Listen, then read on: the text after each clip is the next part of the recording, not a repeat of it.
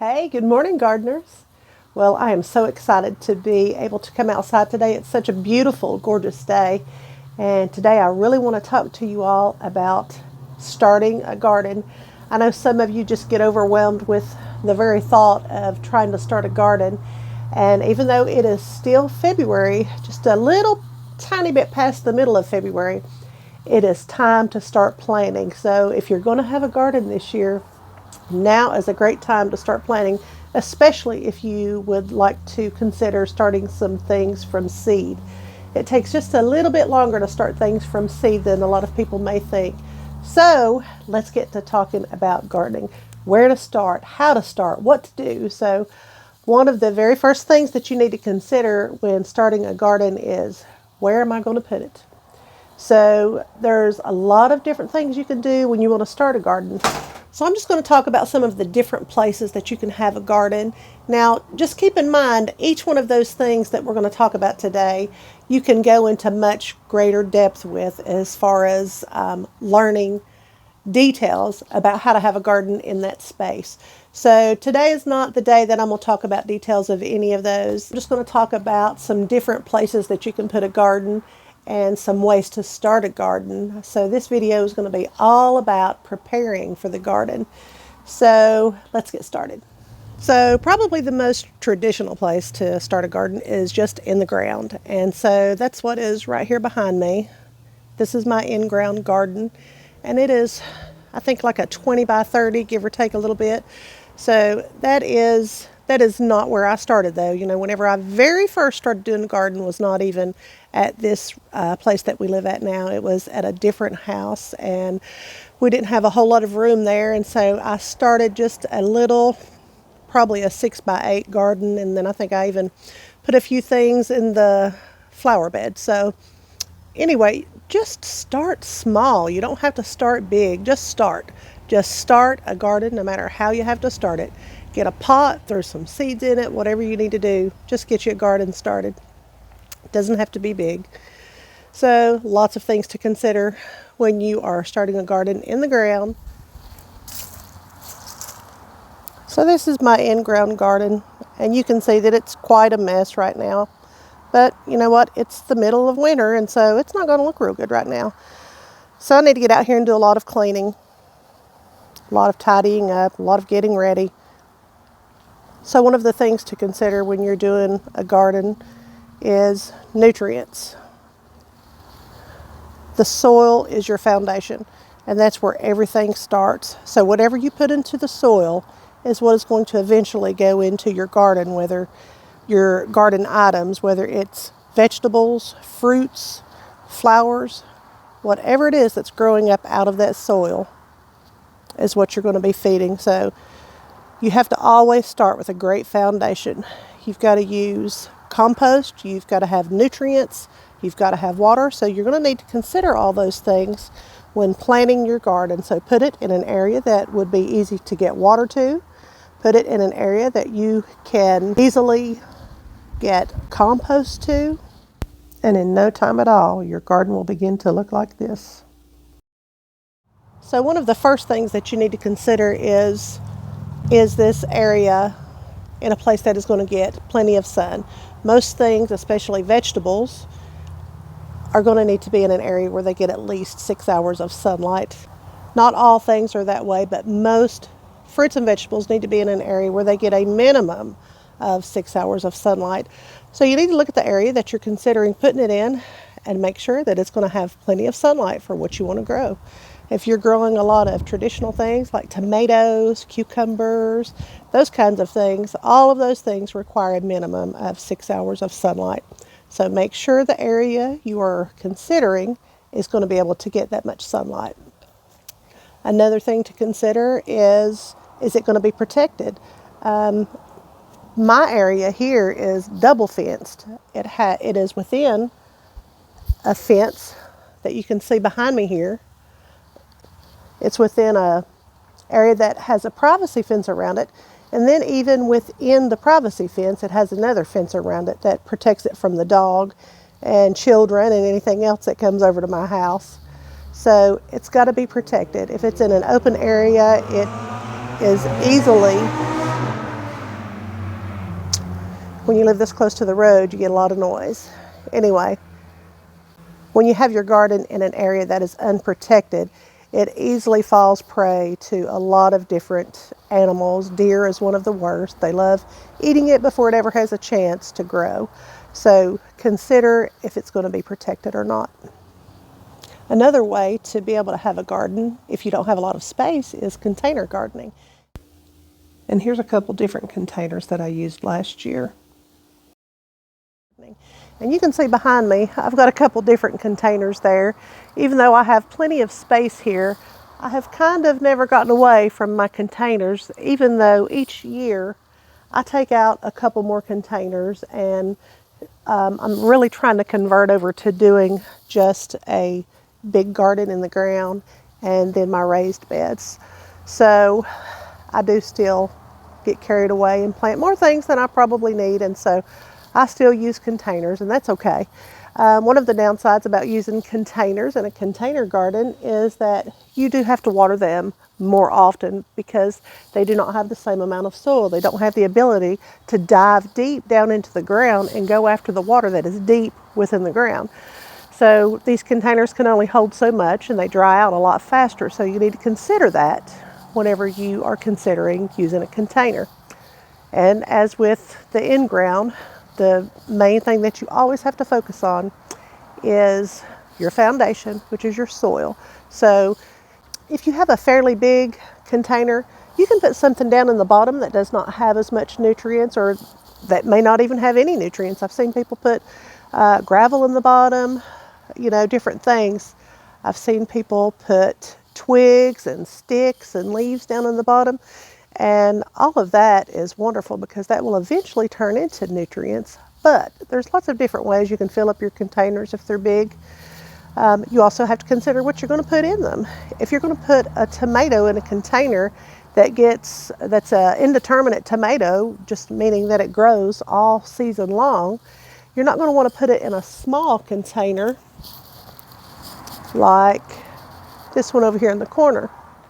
You're not going to want to use a container that's small for a tomato that's going to get big and grow all season long, because it's eventually going to run out of nutrients. The soil can only hold so many nutrients. So I've got small containers, I've got medium-sized containers, and then I have huge containers. I have some probably 20-gallon containers for different things, and I've got them kind of all over the place, but trying to go away from them a little bit every year. As each year passes, I get rid of a couple more. But anyway, so container gardening is another way of gardening when you don't have a lot of room. Another way is raised bed gardening, and that's kind of in between container gardening and in-ground gardening. It's a lot bigger than a container, but it is also very convenient in that it's raised up off of the ground. You don't have to do all of that bending over. I just think it's the easiest way to garden when it comes to managing. So raised bed gardening is probably my favorite way to garden, and I'll show you my raised beds. So here's kind of the setup that I have out in my extra lot. I've got a couple containers there. Those are big containers. I think those are probably at least 10 or 15 gallon containers. I'm not sure. Then I've got a raised bed there. That's a 4x4 raised bed, I think. The one in front of it I use for flowers. Then that's another huge container. That's at least a 20-gallon container there that I use. I used that one for potatoes last year.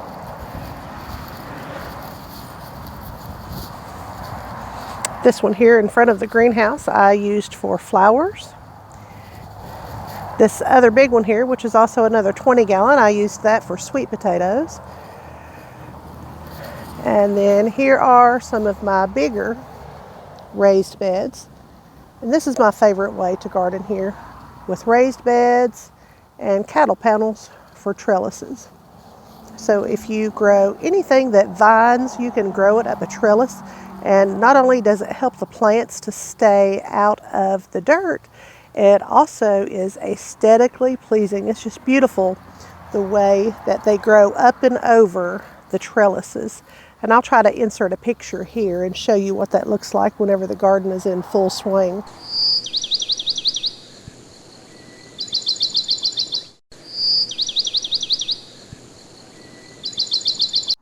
But anyway, one of the things you have to consider when doing a raised bed is that you're going to have to fill it up. And again, like I said, I've got a video that I'll try to remember to post down at the bottom here on filling these up, because people don't realize it until you start making a raised bed. But it can get quite expensive to fill these up with dirt. So I try to put a lot of organic material on the bottom before I even start putting dirt in it. And you can see these need some work right now. Of course, it's winter time, but that's okay. Here's the other one. And these beds are 3 by 16, I believe. They're good sized beds. And I grow a lot of food in these. Down here I have more containers, and you can see where I have put those down in the ground to kind of help hold moisture in the pots. And then I've got a trellis up there. One of the other things that you're going to need to consider is, what are you going to grow? So if you're going to start from seed, you probably need to start planting that now. Some seeds should already be in the ground, like onions. If you want to start onions from seed, those should probably already be started. I have mine started. If you're going to do some things that are cold tolerant, like broccoli, cauliflower, cabbage, a lot of those things, Brussels sprouts, those things are cold tolerant. Spinach, your lettuces, all your leafy greens, most of those are cold tolerant. So you can go ahead and be starting those now if you're going to start them from seed. But if this is your first time gardening, you probably need to just start with some plants. Start with a few that you buy at the store. You don't have to get anything elaborate. Don't get anything that's already real big. You know, just get them as little seedling starts and just start from there. So just start off with some small plants this year if this is your first time gardening. If this is not your first time gardening and you want to try your hand at starting from seed this year, do it. Get you some dirt, get you some seeds, and start planting.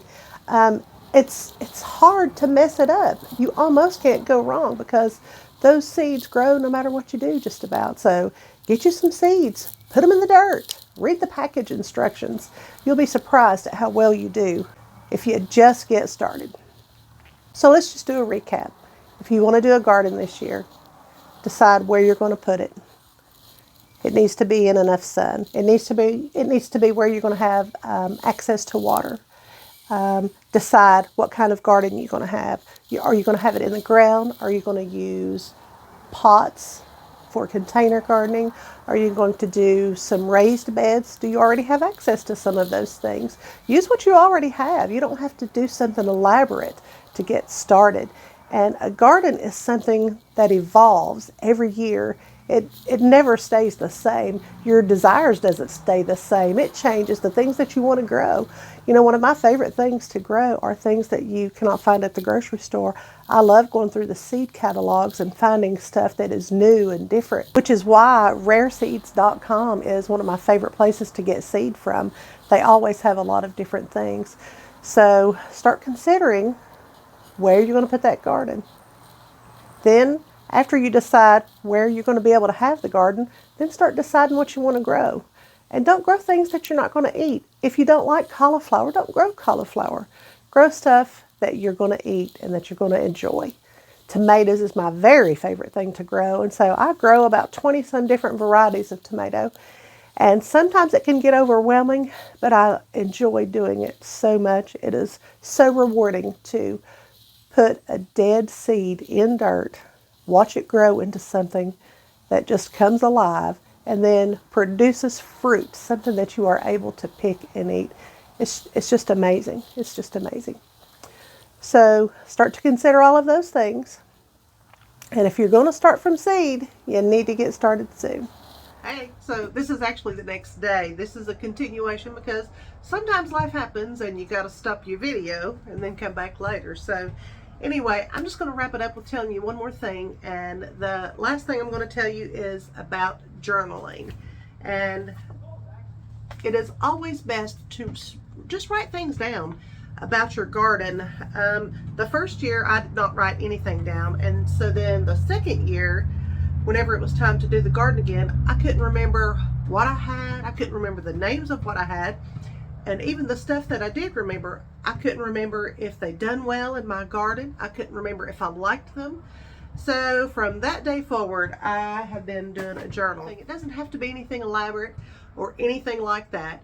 And then the second year, I've done something a little bit different. So I'm going to show you how I did that. And so let's just take a look at how I done it. And you don't have to do it like I done it. You can do it however you want. But journaling is a great way to remember what does well in your garden, what doesn't, what you've grown before, what you haven't, all those kinds of things. So let's take a look at that. So like I said, you don't have to do anything elaborate, and you're going to quickly see that this is not elaborate at all. The first year, I did not do anything. Then the second year, I literally just wrote down some things that I done. This was some sweet potatoes. And date your stuff too. And I just literally wrote Garden 2020. That way I'll know when I grew it. I wrote down problems that I was having. So I was having some fungal problems. I wrote down the treatments. And then I just literally wrote down groups of what I done. I wrote tomatoes. Then I wrote down the names of the tomatoes. And some of them I forgot to go back and write in.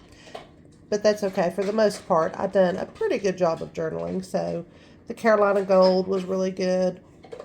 The German Queen I forgot. The Chocolate Sprinkles was a good tomato for me.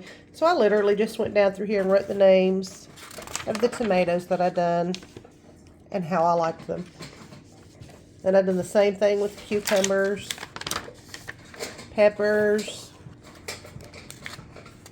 brassicas, which is your broccoli, cauliflower, cabbage, Brussels sprouts, those kinds of things, beans. And I literally just jotted a note under each one that I done.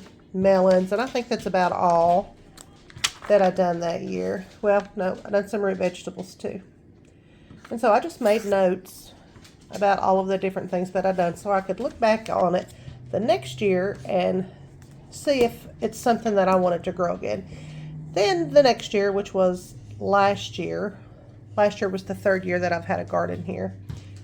This year will be my fourth. So last year I done something that was, I won't say elaborate, but it was a little more advanced. And somebody had bought me a garden journaling book.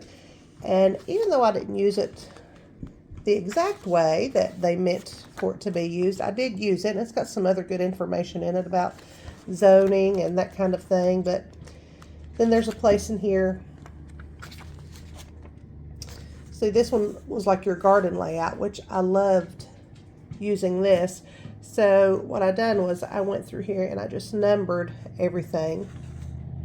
I mapped out my garden. This was the in-ground garden. And then I just put numbers where I had different plants. And then on the next page over, I just jotted down what each number was. And that's also a great way to know what you have where if you ever lose your labeling, which actually happens quite often.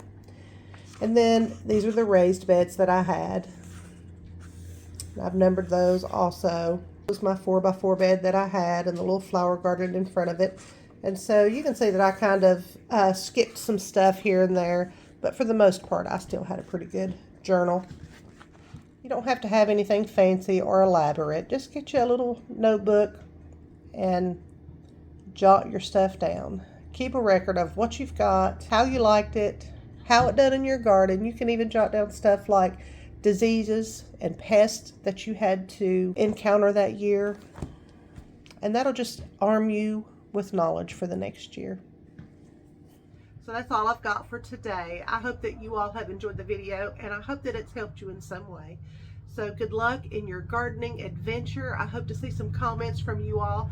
Have some tips and tricks for the rest of us, because gardening is a process. I don't know everything there is to know about gardening. I am not a farmer, but I am a gardener, and you can be too.